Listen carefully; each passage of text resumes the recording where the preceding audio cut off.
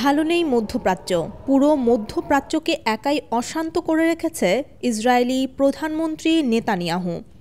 বছরের পর বছর ধরে ইসরায়েল ধ্বংসলীলা চালিয়ে যাচ্ছে গাজায়। সেই রক্তপিপাসা মেটার আগেই মাটির সাথে মিশিয়ে দিতে চাইছে আরেক দেশ লেবাননকে। সেখানে দিনে রাতে ফেলা হচ্ছে টনকে টন বোমা। হায়নার মতো চোখ পড়েছে আরেক মুসলিম দেশ ইয়েমেনেও। সেখানে বিমান হামলা চালিয়েছে ইসরায়েল। গাজার পর লেবাননে সামরিক আগ্রাসনের জবাবে ১ অক্টোবর রাতে ইসরায়েলের ভূখণ্ডে কয়েক ডজন ক্ষেপণাস্ত্র ছুড়েছে ইরান। এই হামলায় ইসরায়েলকে রীতিমতো ধরাশায়ী করেছে ইরান।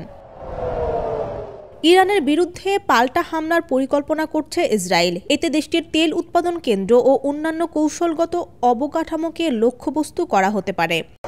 সামরিক বিশেষজ্ঞরা বলছেন, দেশে দেশে এমন অশান্ত পরিস্থিতি তৈরির মাস্টার মাইন্ড হচ্ছে আমেরিকা। তাদের পাঠানো অস্ত্র আর বোমা নির্বিচারে ফেলা হচ্ছে আবাসিক এলাকাগুলোতে। যদিও ইসরায়েলি বাহিনী বলছে তারা সশস্ত্র গোষ্ঠী হুথি আর হিজবুল্লাহর অবস্থান লক্ষ্য করেই কেবল হামলা চালাচ্ছে।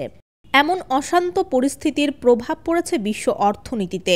বিশ্ববাজারে আরও এক দফায় বাড়ল জ্বালানি তেলের দাম। ইসরায়েলে গতকাল মঙ্গলবার রাতে ইরানের ক্ষেপণাস্ত্র হামলার পর তেলের এই দাম বাড়ার ঘটনা ঘটল। ইন্টারন্যাশনাল ডেস্ক, দৈনিক করতোয়া।